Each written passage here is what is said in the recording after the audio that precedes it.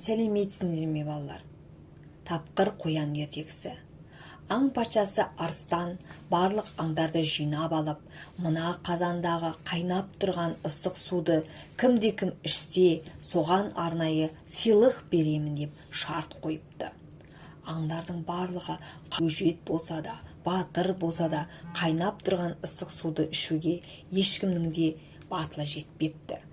Ең соңында ойнақтап жүгіріп келе жатқан қоян қайнап тұрған суды мен жақсы көремін деп айғай салыпты. Аңдардың барлығы қоянға қарап, ендеше ше ғой деп қарапты.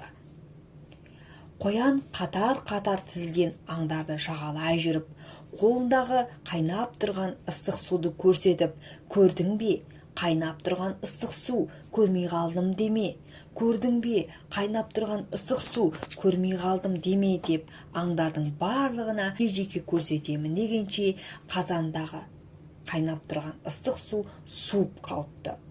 Ал қулығын асырған тапқыр қоян суып қалған қазандағы суды түгелімен аузына құя салған екен.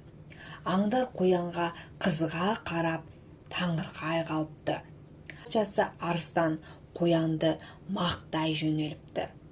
Ал қулығын асырған қоян арыстанның уәдесі бойынша барлық сыйлыққа ие болған екен.